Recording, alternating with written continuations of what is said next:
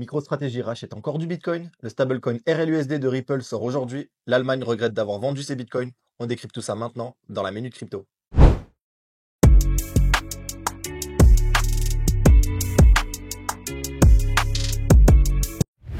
Bienvenue dans ce nouvel épisode de la Minute Crypto, votre rendez-vous journalier pour tout comprendre sur l'univers des cryptos en moins de 15 minutes. Aujourd'hui, on a du très lourd, alors installez-vous bien, c'est parti.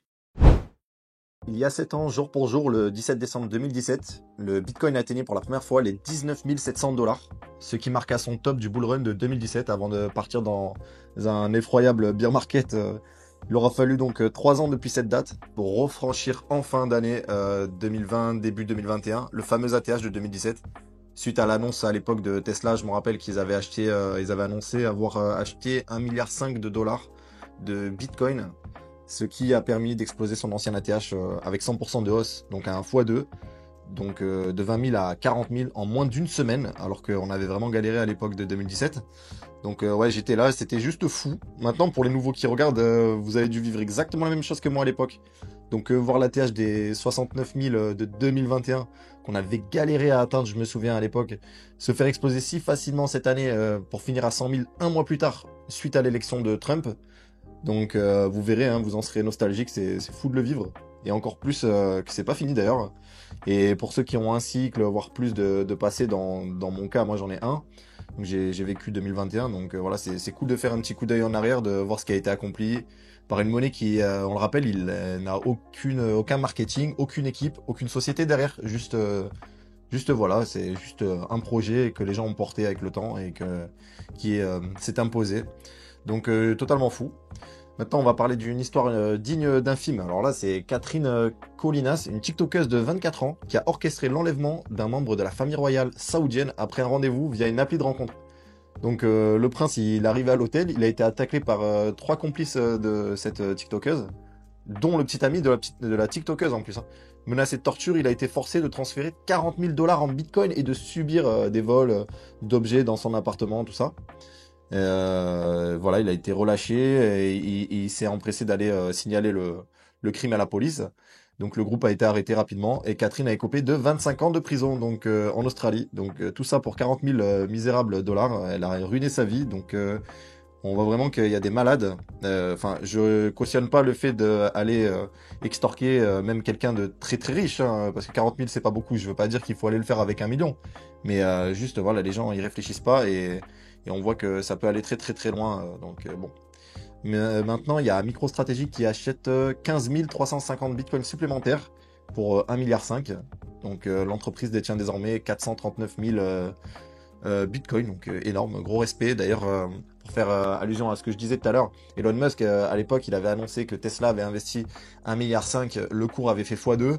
Là, on a des 1,5 milliard qui rentrent et le cours, il bouge pas. Enfin bref, après si...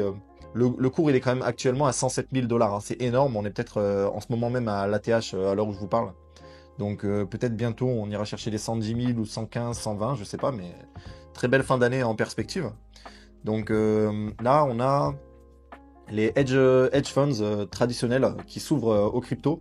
Donc vraiment, ça, on était au courant depuis les ETF. Hein. Donc 47% d'entre eux investissent désormais dans le Bitcoin et les actifs numériques. Donc c'est pas que Bitcoin.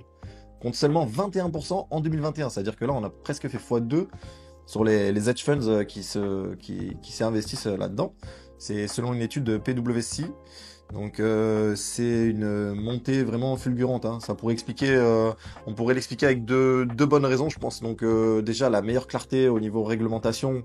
Il y a eu de plus en plus de réglementation, les plateformes se sont un peu plus régulées, elles se sont mis à se conformer aux nouvelles lois de ces dernières années et du coup ça a pu rassurer du coup les hedge funds, les investisseurs, tout ça, de pas passer par comme nous on faisait. C'est pas pareil que d'aller s'exposer avec des milliards que nous avec nos petits sous du livret A d'aller acheter 50 € de Bitcoin sur Binance. Eux, il leur faut vraiment un cadre clair et sécurisé. Donc voilà, donc déjà une loi un peu plus voilà, de déréglementation et aussi l'arrivée des ETF, hein, du coup. Donc ça a vraiment on a vu vraiment une augmentation des hedge funds, des investissements.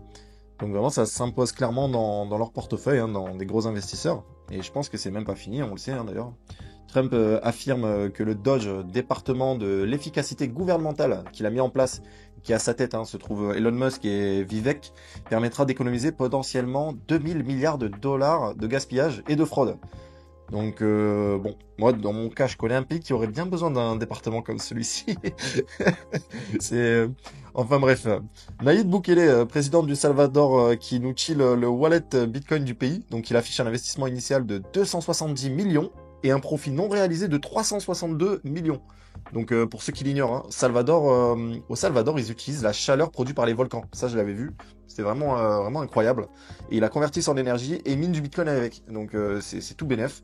D'ailleurs, ils avaient un projet de créer Bitcoin City. C'était une ville entièrement dépendante de ce volcan, enfin de la chaleur produite pour faire de l'énergie, tout ça.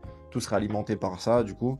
Et ce serait vraiment un hub, genre une capitale mondiale de la crypto. Enfin bref, il n'y a pas eu de nouvelles depuis. Donc bon, on verra bien si ça a avancé. Il y a eu Ripple aussi qui est derrière le XRP, qui va lancer dès aujourd'hui le stablecoin RLUSD. Donc voilà, c'est bien, ça va les mettre un peu plus en concurrence avec le marché du coup des stablecoins. Ils vont même peut-être pouvoir s'imposer sur ce côté-là au niveau des banques. Je sais qu'ils avaient le projet en fait de devenir un réseau pour les banques interbancaires, en fait que les banques puissent s'échanger de la monnaie comme ça via leur réseau et tout. Donc là, s'ils créent un stablecoin, c'est pas mal. Il y a Justin Sun qui nous a teasé quelque chose. Donc quelque chose de grand arrivera sur TRX. Donc on ne sait pas encore ce que c'est. Lui, Justin Sun, c'est le CEO de TRX Tron. Voilà. L'ancien ministre des Finances allemande déclare: Il est temps de reconnaître les opportunités de Bitcoin en Allemagne dans un discours au Bundestag. Donc bon, tout ce que j'ai à dire, c'est bien fait pour eux. Ils avaient qu'à pas vendre 50 000 bitcoins à 57 000 dollars cet été, quoi. Hein. Donc franchement, quelle idée de génie d'avoir vendu ça d'un coup en plus, hein, même pas sans réfléchir, quoi. Ils ont en direct all-in tout vendu, alors qu'on sait qu'il y a des cycles tous les 4 ans, juste avec une recherche sur internet en 5 minutes, on le sait. Et bon, c'est bizarre, hein. Tiens, maintenant le bitcoin il est à 107, voilà. Bon, je vais arrêter avec mon ironie, hein, mais vous avez, enfin, comme il a dit Saylor, notre international Saylor, chacun achète du Bitcoin au prix qu'il mérite. Donc peut-être qu'ils vont en racheter et que maintenant, ils auront perdu tout ce qu'ils ont vendu. Donc voilà. Avec un Bitcoin qui a franchi les 107 000 dollars hier, Satoshi Nakamoto est devenu la 15e personne la plus riche du monde. Il vient de dépasser Bill Gates. Donc imaginez s'il atteint juste le top 1 mondial un jour. Il sera donc considéré la personne la plus riche au monde, alors qu'on sait absolument rien de lui, on sait même pas si c'est qu'une seule personne, ou un groupe de cypherpunk passionnés de monnaie libertarienne. Donc voilà, n'empêche, le mec il a créé un projet de son côté, sans faire aucun marketing, donc comme je disais au début de la vidéo, juste incroyable hein, le chemin parcouru depuis un Bitcoin qui a su vraiment s'imposer, quoi. Donc je sais pas, j'espère que Netflix en feront un film un jour. Il y a Marc Longo, donc le propriétaire de l'écureuil, tristement devenu célèbre. En gros, pour la faire courte, il y avait un peu avant les élections US, il y a une vidéo que Marc Longo a diffusée, c'est juste un internaute, hein, donc voilà, et où il expliquait que la police et tout, ils sont venus chez lui pour saisir son écureuil et même son raton laveur, parce que c'est des animaux sauvages. Donc il les avait recueillis à 7 ans et il se trouvait que c'était illégal dans l'état où il habitait de recueillir des animaux sauvages. Et ils se sont pas contentés de juste d'accuser Marc, hein, et ils sont carrément venus chez lui. Ils ont débarqué totalement en mode comme si c'était un terroriste, quoi. Ils ont tout fouillé, tout cassé, bafoué totalement son intimité. Donc vraiment intervention complètement disproportionnée, quoi.